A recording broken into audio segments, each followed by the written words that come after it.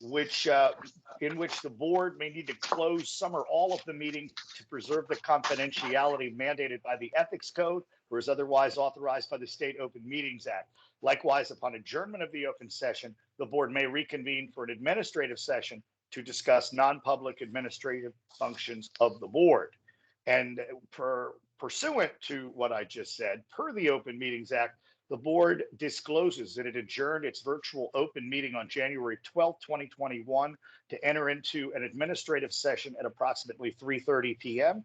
All board members were present and the members discussed various complaints. And on that note, I would move that we move down to section 6, paragraph 6 of our agenda and welcome Jae-Suk Chung, the president of the Baltimore Civic Fund. Madam President, thank you for being here today.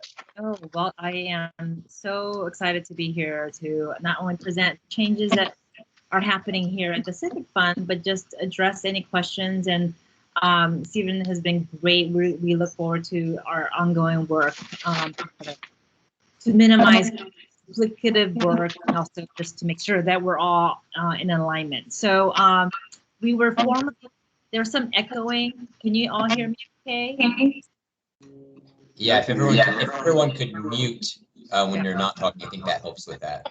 Thank you. I'm gonna go ahead and mute. Yep. Right. So I started actually was asked to come to Baltimore. At that point, it was the Baltimore City Foundation. We are a 40-year-old kind of quasi nonprofit organization, actually spearheaded and legislated by City Council and the Mayor, Mayor Schaefer. And 40 years along the line, as you can all imagine, when there isn't a close relationship with the city and when there is a governing board, it just evolved into something very different than what the charter had outlined.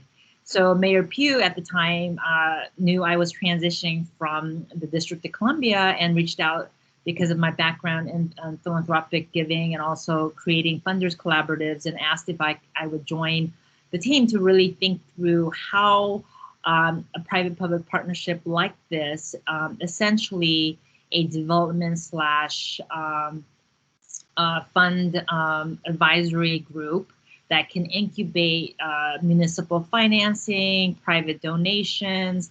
Actually, you know, we're allowed to fundraise on behalf of the mayor and city government agencies. And I've shared all the originating documents. We've had some modifications in 2011, but long story short, after 40 years, both Mayor Young and Mayor Pugh asked me to really think about how to envision a nonprofit that can actually help with a financing mechanism and trying to be innovative in terms of how we solicit.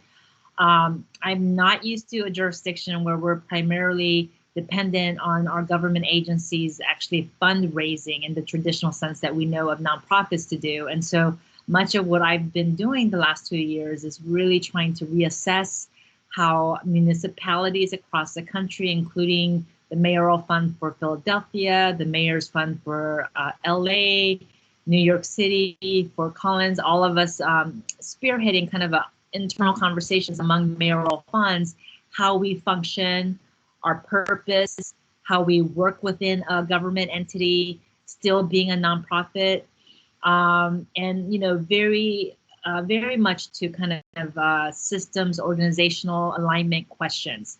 So with that said, over the last 2 years, I've really spent time re-educating the city agencies. We have about 127 projects, everything from financing the big carnival AFRAM to overseeing all of the financing and payments for YouthWorks, the summer youth program, and we actually stepped into it for the city, and we're the fiscal sponsor for all of the COVID Health Corps projects, which is a $12.5 million project that we started and launched within 2.5 weeks.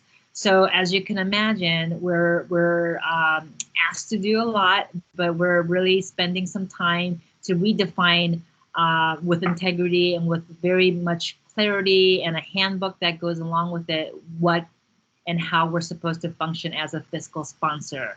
And in the city of Baltimore, there's a handful of fiscal sponsors, including, I'm trying to think, the Community Foundation serves as a fiscal sponsor. We have Fusion, we have Baltimore Core, and it means different things for different entities. Our primary mission and focus is to allow city agencies and projects to incubate projects and programs like the Summer Youth Program, like a baseball camp. We work with the Cal Ripken Foundations to do a few of the summer programming. And so really, what we are trying to do is maximize all the ways that we can support really good programming on the city side. With that said, we've spent a lot of time kind of readjusting the fiscal sponsorship documentation process, how we open accounts, how we maintain visibility into the bookkeeping. Originally, as a fiscal sponsor, the program side, which is often the programmatic side at the city agencies, lead the way in terms of the communication with the funder, the report writing, and any tax reporting in terms of their 1099 for vendor payments and all of that. But really, as a fiscal sponsor, they're using our 501c3 and our status to do all that work. And so the board, our board chair now is John Brothers, and the board decided to, actually do what we were supposed to do from the very beginning, was to actually do the administrative work for the city projects that are based here at the Civic Fund. And that's really the work of a fiscal sponsor. We serve very much a development / accounting arm for many of the projects that's incubated here. And so I think, where we find ourselves really flexible is where a lot of the philanthropic partners are unable to give to municipalities and government agencies. And so they can house the money here while supporting some of the great programming that are happening. In addition, many of our city agencies are unable to take money just because of capacity. And as you can imagine, with 127 different projects we work, it runs the gamut of how people use us and utilize us and what kind of technical assistance they need in terms of documentation, report writing, fund development. And then the only other thing I would add most recently is that, we were created to be kind of the mayoral arm to do some sort of capacity building and fund development for his special projects and initiatives that he wants to launch when we're still working with the budget. So, and we're revisiting that, and we're working with Mayor Scott to really identify key programs and initiatives and the transition that he would like to do. So we have many council members who also use our accounts as well. So that's really, in a nutshell, an overview about what we do and how we serve the city. I think before my arrival, it was run very much like a nonprofit foundation. But, I think Mayor Pugh, Mayor Young, and I, looking at the charter and really, the charges for the mayor and I to work together to see how we offset some of the costs that are prohibitive or limited in terms of what we need to do in terms of serving our residents. And for example, many of the national funding and the federal funding requires a lot of needs assessments and community organizing and community outreach. But as we all know, a lot of federal restrictions around what we could pay for in terms of community outreach, like food. We can't pay for babysitting. And that's when we can step in. And if they raise philanthropic partners, like Starbucks wanted to contribute, or Potbellies wanted to contribute a meal for a session, we can take that donation on their behalf and set that up for them. So oftentimes we're doing a lot of that supplemental programming support for the city agencies. So I'll pause a minute. Any questions? Hey, so thank you for that overview. And if I could jump in briefly, I think that the key intersection then between your work and the ethics board is the fact that before some of those funds or some of those programs make it to your program, to your fund, it has to come through ethics board approval first. So the three of them that you mentioned, AFRAM, some of the COVID relief efforts and youth works are all actually gift solicitation waivers that this board, the ethics board, has approved. So I think it might be helpful to hear, once the board has approved a solicitation campaign, and then that agency places its campaign and its donations with you all, could you tell us a little bit more about what the accountability looks like on your end, like how you make sure funds are used for the purposes that they're intended for and things like that? Perfect. And that's where I think, want to intersect quite a bit.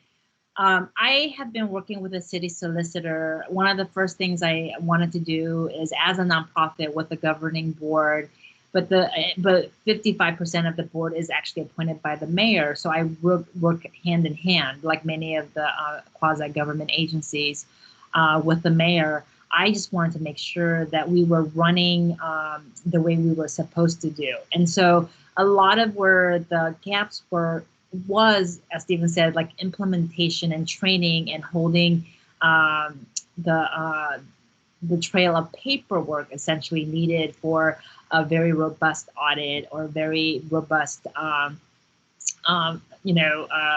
assessment from the Board of Ethics. And so at the time I arrived, when an agency reaches out to us to open an account, we just ask them, do you have the right waivers? May we get a copy of the waiver? May we get this? So we lean on them for the supplemental documentation that we need to have on file for them to be allowed to.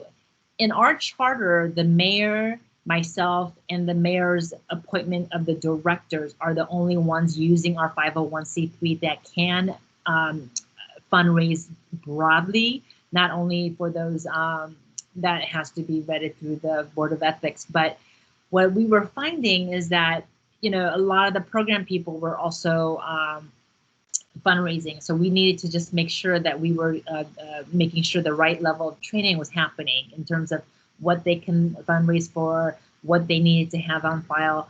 But that was about the extent we can engage in that conversation. And so when the city solicitor and I started conversations about the need for revisiting this 40-year-old document about our charter and how we would sit in the mayor's office to do development and taking more responsibility, we thought that this would be a good intersection to, again, connect with the Board of Ethics to see how we could better align. Because my understanding from the conversations we've had is, say, for example, if the Board of Ethics ever wanted to do an audit, they would reach out to the certificate holder and ask for a lot of the records. Well, the records are held by us. So we would actually be working with the program people to actually support them in providing all the documentation the Board of Ethics would need. So how we work with the agency, say for AFRAM is a perfect example. The AFRAM team go through in spring, the budget with the BOE, and work on a plan. Any fundraising, any contractor, anything that they are going to do in terms of payments that actually has cash involved or solicitation involved, they have to present us a proposal, and we need to just put on record and track that this is the work that we know to be completed, in this fiscal year for this purpose of AFRAM.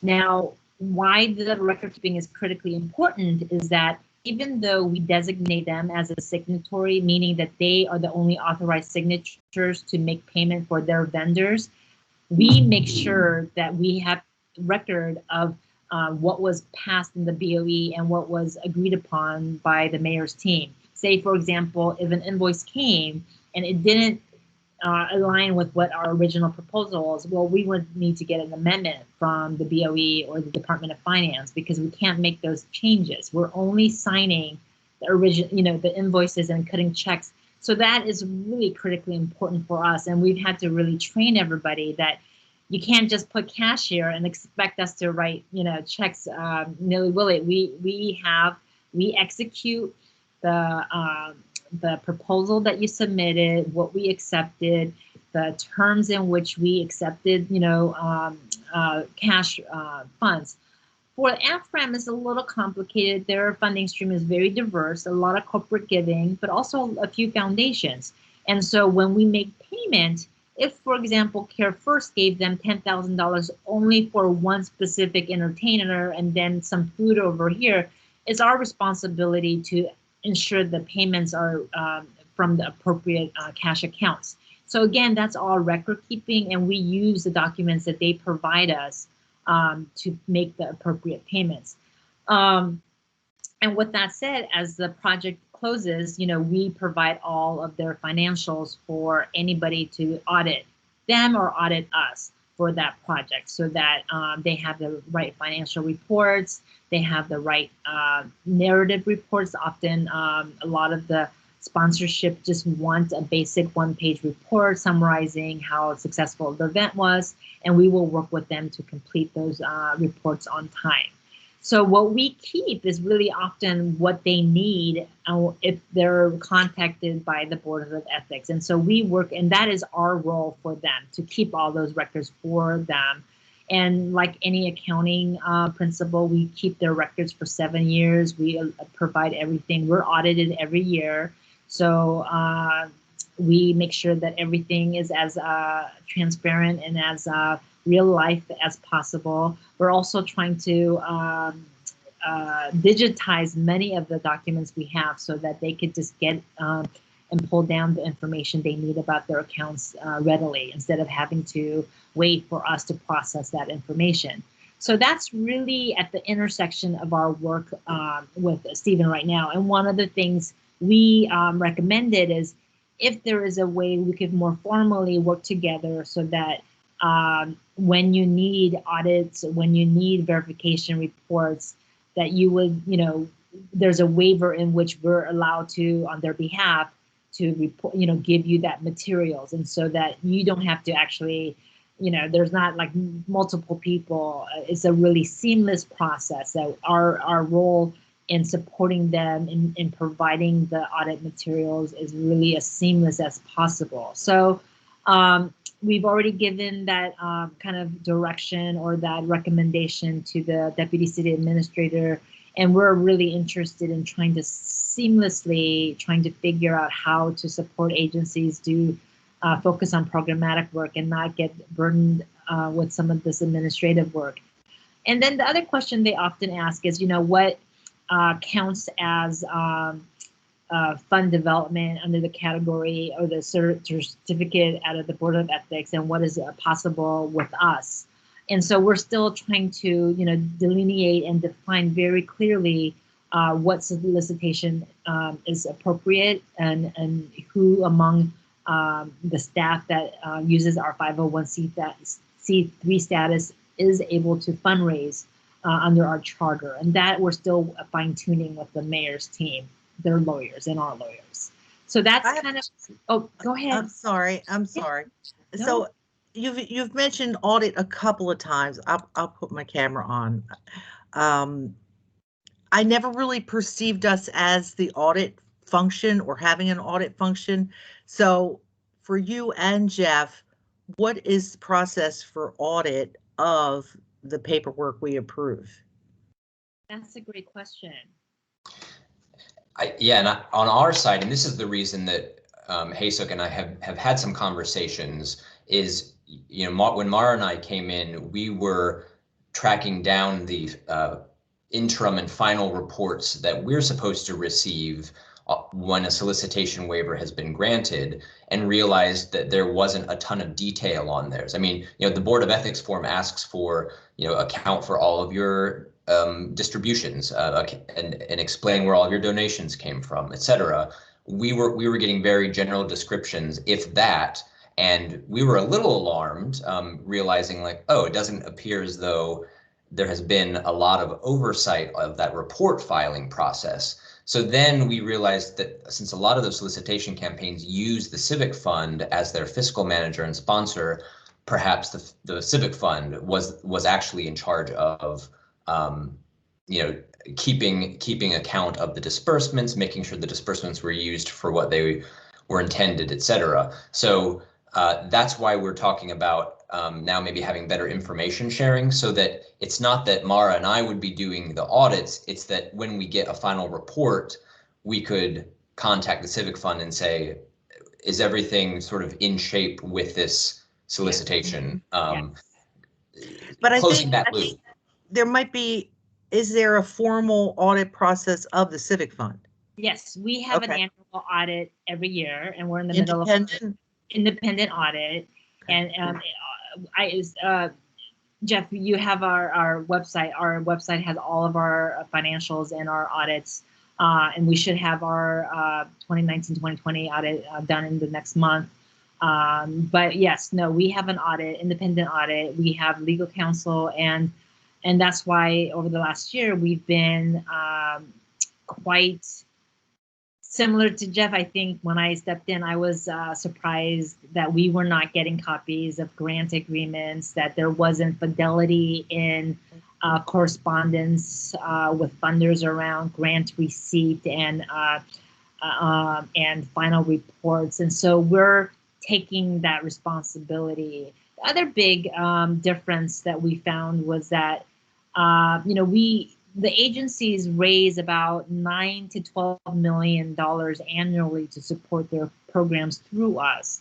And there wasn't a consistent way of tracking, the grant agreements. Some were signed by the city agencies and some were signed by us.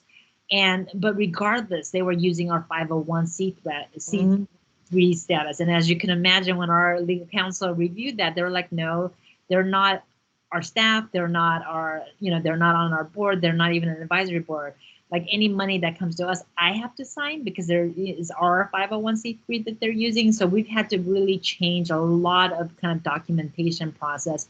And that holds us, to Jeff's point, a better position to when you do need financials, when you do need a grant record, and even record of, did they, with fidelity, implement what they said they agreed to do and make, and spend down what they needed to do. And so we're the record keeper of all of that information. And so if the agencies often don't have it, we will have some form of that information to share. But I think where we want to make sure that we can share that information independent. And so we were thinking even internally of just having, when they open an account with us, just say, agreeing, like if the Board of Ethics need copies of your accounts for this and this and this purpose, your waiver allows us to do that. And so we were just thinking, is there a better way that we can be sharing information proactively so that Jeff doesn't have to actually, independent of us, ask people for materials that they're ultimately going to get from us. Well, at least I have a good feeling listening to you, and I have confidence in your process listening to you. It's not been easy. So that means my focus goes to, okay, who aren't they managing? And yes. And how do we know whether someone raising money should be going through you? Well, or do we try to push people through you? Well, that's a great philosophical. That's a great question. Yeah. And if I could just, Jeff, if I could just chime in, and again, I'm assuming this is all very confidential because I'm really, I think what I will say about. Well, we're in the public session. Yeah, hey, so we are in a public session technically. Okay, so I won't go into detail, but what I will say is that, I think when there wasn't clarity about the role and function of what a development office can look like for a municipality, I think there was just a lot of confusion. So not only on the staff part about who can fundraise and who cannot, and who can solicit and who cannot, there wasn't a lot of training around what development looks like, what development is. So, when I got pulled in would be when Mayor Young would aim for a big request for a big initiative, and then the funder responds by saying, oh, but I heard from, so-and-so for $5,000 for a sponsorship. Well, which one should I prioritize? And the lack of coordination was more kind of the highlight for Mayor Young, because he assumed that all the development was much more coordinated at the agencies, and then that was being fed to us. But what we saw was that that wasn't happening. So we have been working with the mayor and now with the new mayor to make some recommendations. Good. There is a grants office in the Department of Finance that's supposed to better coordinate.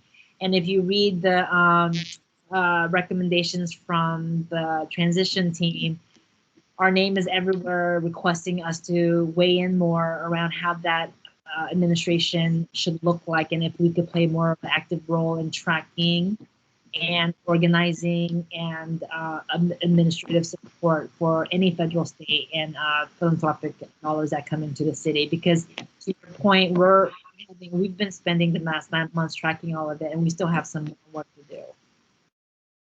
Thank you. And I'll also add a couple of things as far as the information flow. Not only could we be helped by having information flow from you when we're tracking down final reports, but in the initial applications that the Board of Ethics approves, it sets the limits on, you know, what donations can be used for, who within the agency can do the fundraising, et cetera. So I think we can clearly make sure that you have all of the information that, you know, we have approved. And then secondly, Donna, to your point of should you all be pushing, you know, people to the Civic Fund, I think it is a good conversation to have sort of administratively and possibly internally if you all would like to start requiring city solicitations to use the Civic Fund as their fiscal sponsor, since we would have that relationship potentially with them. And that has been my recommendation to now all three mayors, Mayor Pugh, Mayor Young, and now Mayor Scott, because not only the coordination side, but just the full transparency side. As someone who's been managing $6.8 billion, I could tell you exactly where things come for each agencies. I'm having a really hard time getting that level of assessment here in some of the contract books and some of the agency budgets. And we really need to be able to see, you know, how much we're really pulling from the state and federal level and how much of the philanthropic dollars are going towards programmatic services. And I think the more we can have the information centralized, the bit, you know, further along we'll get. We have started the language last year under Mayor Young's leadership that all philanthropic solicitations should go through us. If you think about all the agencies, including the police department, the fire department, they have accounts with the community foundation, family league, and they're paying 8 to 10% on overhead. And we don't, as I say, the agencies, we don't take any overhead. And that in itself should be a big deal because we're part of the city agencies. And so we're doing this because we were chartered and to do this work. And so I was actually surprised, Donna, that a lot of folks inside the government didn't know or were aware of our function. So, you know, in terms of the COVID-19 response, Rockefeller came and had a huge opportunity for us. And as you can imagine, with the BOE and with the, you know, the processes that can often be cumbersome, you know, we did all of that, but we did it concurrently as we were receiving donations to lift up the COVID response. And that really allowed us to be creative without actually compromising any of the ethics around the BOE and all the processes, the procedural things that we needed to do to ensure that we were pulling down the CARES money and pulling down all the philanthropic dollars to make a more comprehensive project. So it does take some creativity, but also a lot of patience, I'm finding. And who is your independent auditor? We work with King and King. I will send you her, Jeff, the information. Okay. No, that's good. I just was wondering. Yeah, and before my arrival, we had a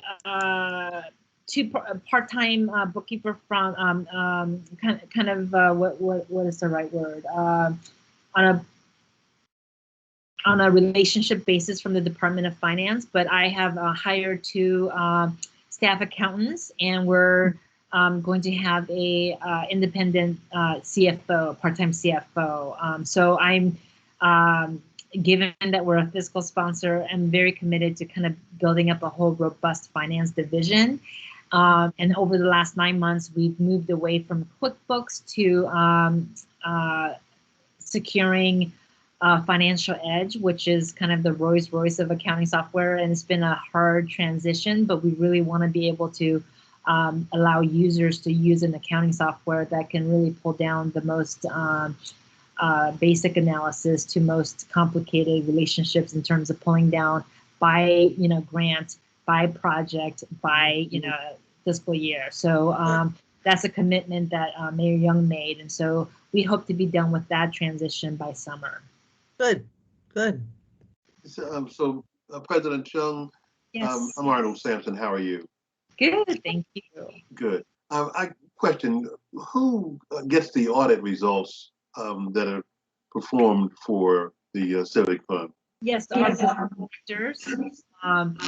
board of directors and the comptroller, the mayor's office. There is a whole system in which we share the audit findings and management notes, and then the CFO sits on our board, and he has been part of the last 6 years of audits. And then again, since my arrival, we're changing a little bit of the composition and really trying to uphold the fidelity of the board structure with the independent board. And John Brothers is our board chair, and he came on board last fall. And Lori from the Downtown the Waterfront Partnership is our co-chair. You mentioned, did I hear you mention that there are some camps amongst the organizations that report to you? Did you say camps? And if so, do you, just by chance, know the name of any of the camps that might report to you all? If you said camps. Yeah, I mean, I one of the that Cal Ripken Foundation, partners with us around, and I couldn't tell you the staff person. I just am thinking about that camp in particular because Sure. I had to be on a lot of planning calls with Cal Ripken when everything went mobile, right? And so we had to transfer some funds, and we were thankful that we would be part of that conversation because we really wanted the staff at Rec and Parks to be able to do some sort of programming for the children who were enlisted in those football camps, but we knew it couldn't happen on site. So we tried to be creative. So we were less doing the finance management, but more just trying to be creative with Cal Ripken's foundation to ensure that the programmatic deliverables could be met. As you can see, yeah. Sorry. I'm sorry, does Camp Black Rock ring a bell for you?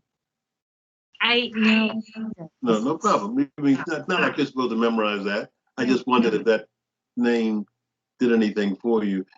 Just by the way, if I understood you, you said that before you came on board, the organization was handled and perceived to be different. It was called the Baltimore Foundation, maybe? I'm hearing a lot of everybody meetings. Okay, yep. It was called the Baltimore City Foundation. And, I would say very honestly that a few mayor administrations ago, they used gift cards, and there was an audit and some reporting done by the Sun. But, we did our own internal audit and there was no finding. Everything was fine. But when something like that happens, it tars the reputation.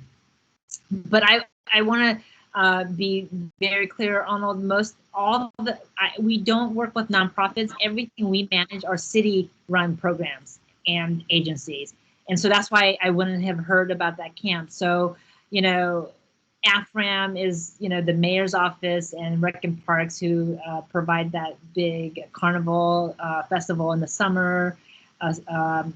And, the summer youth program is MOED. and they raised anywhere between $4 and $6 million for that project. The COVID response is MOED, Employment Development and Health, and we're overseeing that as their fiscal managers. And so I just want to be clear, since we're quasi-government, we only do fiscal sponsor for cities, city council and mayor projects. We don't work with independent nonprofits. We did get asked by Mayor Young to help. As you all might be aware, there's some conversation happening about fiscal sponsorship work, and there's some nonprofits that have been really struggling with a particular fiscal sponsor. And so, the city continues to support these nonprofits, and the city asks us to undertake their fiscal sponsorship work as they have a conversation about what and how to support them long term. So we are working with 3 nonprofits, but it was only at the request of the city, because so much of the funding from the city was going to them to do some important youth development work. So as that conversation is happening, and it's a totally different skill set of work to support nonprofits as a fiscal sponsor. So we would have to ask the mayor for a lot different scope of work and staff for that type of work. You mentioned AFRAM several times, and I'm just curious, sorry I've got to ask, but what happens to, once AFRAM has closed out its books for the year and has a profit, what happens to those funds? Can't go into specific projects. The secretary is actually the mayor's staff on that. I know it all depends. AFRAM's unique. Our responsibility as a fiscal bookkeeper is if an organization gets a $10,000 grant, we have to make sure that the $10,000 spent on the way that they agreed to for that foundation. We have, for the first time under my leadership, given back money where programs were not delivered and foundations are not used to getting money back.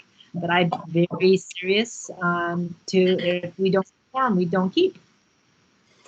But we also had a policy where if you have a fiscal, if we're a fiscal sponsor and you're not active for 2 years, then we have to visit. Should we be your fiscal sponsor? Like we're not here to be a bank teller or anything. We're here to actually implement and move the needle and improve outcomes for people. So we're not going to just keep cash in the bank and AFRAM is a carnival. They get very specific dollars for very specific deliverables. And I will tell you, anywhere from AFRAM to Toys for Tots, and just because I can't share individual specifics, a lot of those go in the red, as you know. And a lot of those are figuring out how to cover or how to pay us back for the revenue loss. So I would say there is not a lot of profit made in events. Because if you think about how they're fundraising, they're only fundraising for certain entertainment. They're only fundraising for certain things. And the government often gives them a little bit of money for administrative costs. But there is a rare incident where actually an event actually has a earning portion of it. So that's just my experience from seeing how budgets are worked around events. One quick question, sort of along that lines, and this is something that has come up for the ethics board before in looking at solicitation waivers. How does it work if there is money, there's just sort of surplus money, surplus donations, and seemingly all disbursements have been made, and then an agency is sort of done with their campaign? Like, what happens to those funds? Great question. So again, most of the, it really, if you think about the source of funding, we have to adhere to the grant agreement we signed with. So for example, Annie Casey has over 13 accounts with us, anywhere from youth development to the homeless services, and many of them will work with the agency staff for continuation if they did not deliver all of their mandated deliverables. And so oftentimes we're working with the staff and the foundations to do an extension or to do a no-cost change to the foundation originating proposal, right? We ourselves have a policy that if an account is not active, we work to return the money back to whoever gave the money for that solicitation. So that is for any revenue that comes in for a specific program that we're hosting here as a fiscal sponsor. So we, our role is to make sure that we implement and actually in due course. And that's why the foundations, many of them are not used to asking or working with us, because we've been pretty clear that that is the binding document that we hold, all parties accountable, us included, and the program agency. Because if, for example, program staff invoices for travel that's not on there, I'm not going to pay it. And I haven't paid some invoices because it wasn't part of the originating paper. So I'm pretty clear with all parties involved since my arrival.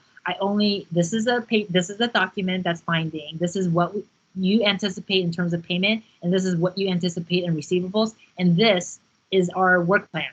If there's anything outside of this work plan, I need to get it in writing from the funder who's giving you that accommodation, or your, the mayor, or if it's public dollars, they often will just either get the chief of staff to write in writing that they can modify that. But again, I'm pretty clear that we're not gonna make those changes just because they want those changes. I mean, I've had requests that weren't part of the grants, and I just refuse. Are the documents in place and the processes articulated so that if you disappear tomorrow, the Yes. same would be true? Yes. Good girl. I served as deputy mayor. When I say that I care about integrity and documentation, let me tell you that I care, because I'm still in a couple of interesting cases in DC that has my office, and so documentation is incredibly important. And so we follow the accounting principles of 7 years hard copy, but we also actually make copies and scan everything, and it's in Blackbaud.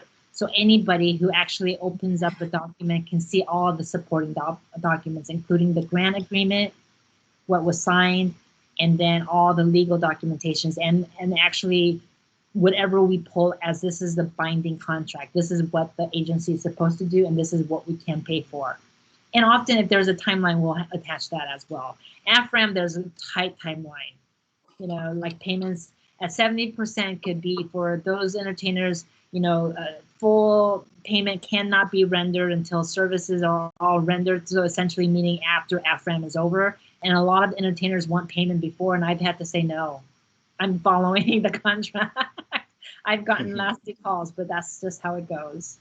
And that's why I'm very clear now that they're used to working with us, how critically important that they pay attention to what they sign. Because if they want that modified, then they need to modify that. Because it's not that we don't want to help them do a great job in their job, but we just need to know, like up front, if you need payment to do some of this work, then let us know so we can incorporate that. And the city solicitor, the lawyers that actually do most of the contracts for the city side, have also been very clear. We're not here to make things harder for you or not, create a wonderful event. We're just saying outside of this, it's very hard to make payments and, adapt for a request. So if you need payment, a third of the payment before, it's harder to modify in the middle of a project than it is to have a very clear, and so often we've been prodding vendors. Are you sure you don't need payment until after, services? Are you sure? And so we're now experienced enough after 2 years of AFRAM that now we know kind of the trigger questions. And they're surprised that we're asking that because they think we're intentionally inflexible because we are, but that's not the intent. That's just, but it's a mutual learning for all of us. But no, we're gonna, staff just look at me all puzzled about all the documentation I care about, but we care deeply, and I'm very proud of what we're creating. Good. So our one member had another commitment and came in midstream, Melody. Melody, what I heard, I think you would be very pleased with. Now, not all of our solicitations go through the Civic Fund, but I think, if you want to touch base afterwards or read some of the documentation or just talk to you'd be impressed and feel confident at least that money is getting the control that you were talking about. the Yeah, control and the visibility and independent audit. and we're Which working- leaves the other solicitations, Yeah. which is why I was thinking, do we have the role or the authority to ask the sponsor of solicitations to use a formal process like the Civic Fund? Yep. I'm hoping that the mayor also makes that same recommendation. And that was a memo I sent to the transition team. It's the right thing to do. And it will make sure that not only the Board of Ethics, but the Department of Finance will have full exposure on everything that is raised philanthropically. It also means that we can centralize it in one accounting software. Because we made the investment in Razor's Edge on behalf of the city. So anybody who has an account with us is now going to have access to that accounting software. And so that was our commitment to the city. I did tell the deputy city administrator and the new city administrator that a memo would come from us, essentially articulating a more joint effort in documentation of the certificate and how we share information. And so I've invited Jeff to just give me feedback as staff and I pull that memo together. I'm used to writing these executive and decision memos, presenting the information to the city administrator so that once he approves it, then we can, more formally incorporate that into our handbook that we're finalizing for anybody who uses us. And a good thing about that memo will be also making it clear across the administration that before fundraising efforts are undertaken, they need to be sure which ones require a Board of Ethics waiver, because I'm not sure that that's fully known right now.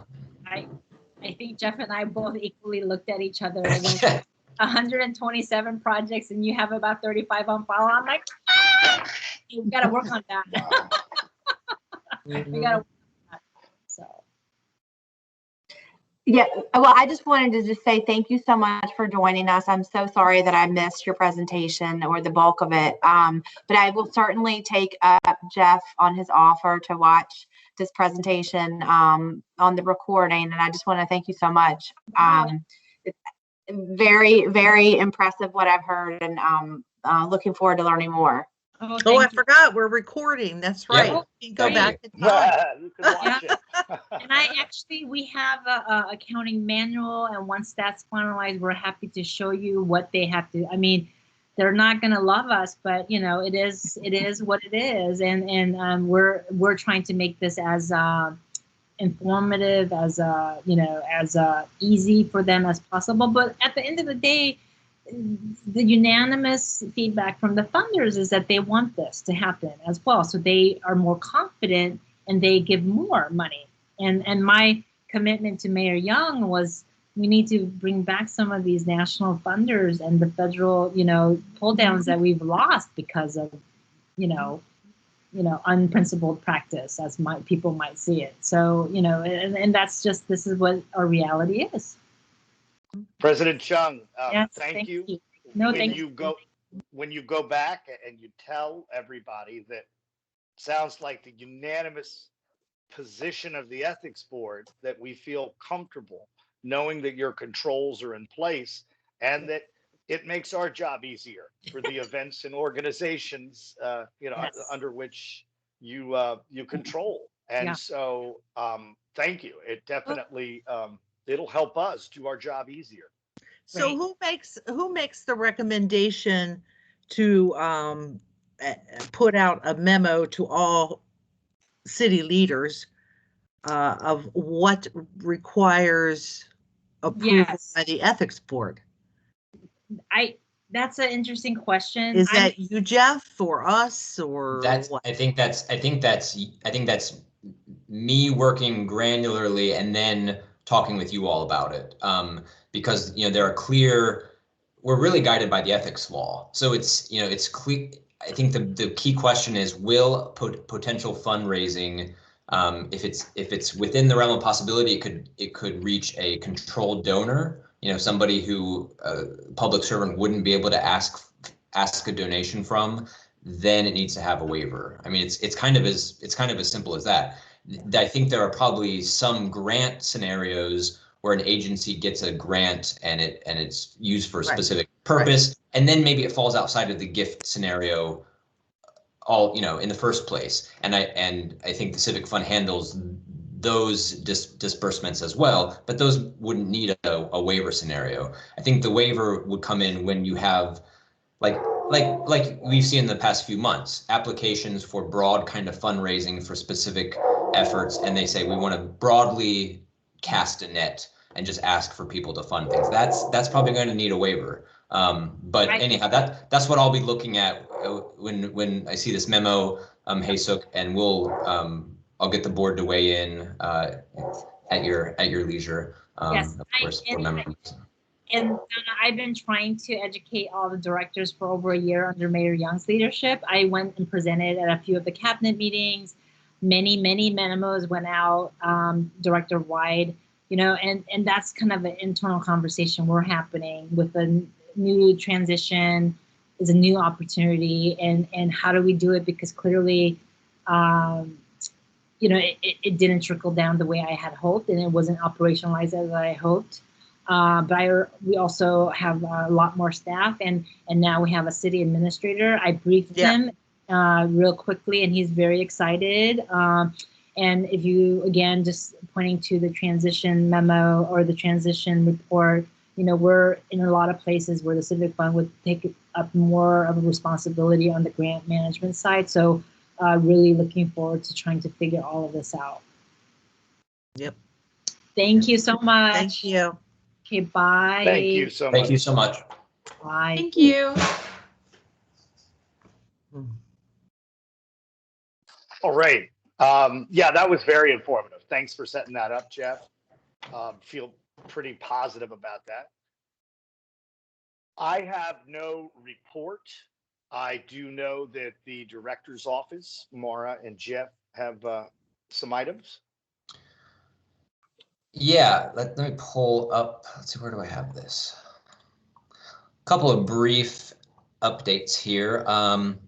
Since the last board meeting, on the financial disclosure side of things, the new online system was rolled out for elected officials whose deadline was January 30th. And all 19 elected officials filed successfully on time with some gentle pestering and some gentle tech help, potentially even from me on the weekend. But it worked. Wow. Yay! Congratulations. Good job. Yeah, and there's still some minor fixes to the system of some wording and things like that. But I mean, for the most part, all of the information that at least looks like it needs to be reported is there, and we'll be fine tuning, like I said, some of the system from there before it gets rolled out to all employees who are required to file.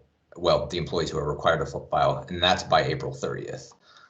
So that's the update on financial disclosures. On the training side of things, I know Melody and Donna are aware that we had a training for the mayor and a lot of the executive staff in the mayor's office in January, which I think went really well. Everyone seemed very engaged. There were some internal follow-up items, both sort of internal to the mayor's office and potentially for collaboration with us as well. So that's I think that was promising. We had a lot of positive feedback afterwards that it was, a much more informative and engaging training than some of them had been in the past. So it's nice to know that our efforts there are not going to waste. We have a few upcoming. We have 3 upcoming trainings, 1 per month now, and we finally have that all on the website. People can register on the website, and we're still working on the online module that people can take on their own. And when that's all up, we're planning a mass sort of email blast and campaign to encourage not just officials who are required to take it, but basically all city employees to take it. And I think there's some buy-in at the mayor's office and administrative level to get more people to take ethics trainings beyond those who are just required by the law. On the one last thing from my end, and I'll let Mara chime in on the help desk side of things. So the help desk is what we track when we are contacted for any number of reasons. It could be internal advice from city officials or employees. It could be questions about financial disclosure system, lobbying system, etc. This number has been steadily going up. So just in January alone, we logged 93 help desk requests. And Mara and I handle all of these in a very timely fashion. 29 of those were from lobbyists. Mara can talk about that in just a second. 23 were substantive sort of ethics advice, informal inquiries that I spoke with the requester. I can provide any of you all with any of those details if you're curious about them. We do consider that request for advice confidential, so we keep that log confidential, but we do log all of the matters and the advice that was given. So finally, we have some precedent to look at for informal advice. And then there were several questions had to do with the financial disclosure system, which was rolling out. And so far, even just in February, the first few days, we've had 23 additional help desk requests. So we're logging all of those, and continues to keep us on our toes. And that's basically from zero. It had not been tracked before we arrived, so I know that it didn't publish a number before. Exactly. No. Nope. Really? Okay. Nope. Yeah, I know my predecessor was, playing a role of informal advisor, but there really was no tracking that I'm aware of. And I will say, from my experience and from research in the area, the more communications and the more training you provide, the higher your numbers will go. Yep. And it'll dip when there are no communications or training. So well done. Some people say, "Oh, that's bad. Let's get the numbers down." No, you want your numbers up as long as they're inquiries.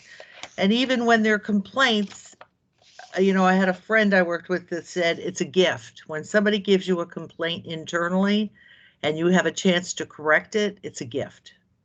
So. Yep. Yep. Absolutely. I think we're seeing this as a very positive thing, and most of these I think are directly related to either trainings or outreach about various ethics requirements that we've been doing. So it's something's working, and I think the word is getting out, and we're trying to keep in contact with agencies and agency officials as much as possible. So the ethics pamphlet and ethics notice that you all had approved 2 meetings ago, that's rolled into the new employee orientation now. So every new employee will be receiving that ethics notice, and ideally they're supposed to sign it and return it to both the board and their agency. And we also sent out a memo to the heads of 20 agencies reminding them that all new employees need to get it. And many agencies let us know they're sending it to their current employees, even though that wasn't a requirement under the law. That was something that we also encouraged. So I'll turn it over to Mara for a quick update on the lobbying front and the gift solicitation front. All right, so for lobbying, the annual lobbying activity reports were due January 31st. There were 150 registrations in 2020, and there were 8 that were late. So 8 was 4 lobbyists, a total of 8 reports were late. They filed a few days after the deadline. So something that the board will need to discuss is a late fee. By now, all of those annual reports have been submitted. So all of them, 2020 is done for lobbyists. We are now getting new registrations for 2021. And then regarding gift solicitations, in the past month, we've received 5 reports. We currently have 3 campaigns that have outstanding reports, and I think it's going to be really helpful working with HASUC and discussing those campaigns to get a better understanding or an update on the status of those campaigns. And so that's basically it for those 2 areas. And we could discuss the lobbying late fee in the administrative session if you all would like. We would like. Yeah. All right. Thank you, Mara. Thank you, Jeff. I don't think we have any old business on the public agenda. So Okay, so we'll move on to the new business, our solicitation applications. The first one is the well, no, it's from the Office of Sustainability, but it's a comprehensive plastic bag ban phase 2. So does everybody have the memorandum from Director Ryer of Planning on this? Or had a chance to look at it? All right, so yeah, Jeff forwarded this to the members a few days ago. I happened to notice the name of Yusuf Chung on the application as Baltimore Civic Fund will be managing the solicitations, managing the donations. Didn't we already talk about this one? No, so this, you all approved it for last year, and I believe the current deadline, the current termination is, I think that this one's end of February. And there hadn't been, I just looked at their interim report, which I think they were timely with their interim report. There hasn't been a lot of activity, I think because of COVID and otherwise, but I talked with Lisa McNeely, the applicant here, who was working with Director Ryer, and she said just to make sure they're still covered going forward, they wanted to put in the new solicitation. So that's a bit of background here. All right. So does anybody have any comments or concerns? No, it's basically the same as the previous one. Yep. And I'd like to say that it's the same as the previous one, and now we've just spoken to the president of the fund, and so feeling good. Yep. Any other questions? I recommend we approve it. I'll second that. that. We approve it. I'll second that. All in favor of approving the solicitation request from the mayor's or from the Office of Sustainability for the comprehensive plastic bag ban phase 2, please signify by saying aye. Aye. Aye. Okay, sounds unanimous. And Jeff, now I didn't get part 2 of the new business. This one will need to hold over till next board meeting. Okay. They were not able to get us the approved Board of Estimates copy in time. So you had the file, you had the icon for it, and it said it was a placeholder. Yep, I was Right. I was gonna supplement it earlier this week if we got it, but Lisa let me know they're just gonna have to hold over till next time. All right. And our next item we've already covered with Ms. Chung. So at this point, I would entertain that we close the public meeting. Second. All right, and by saying close the public meeting, I mean and enter into confidential administrative session. Do I have a second for that? Second. All right, all in favor say aye. Aye. Aye. All right, our public meeting is adjourned and we'll enter into confidential administrative session. Thank you. We'll stop the recording then.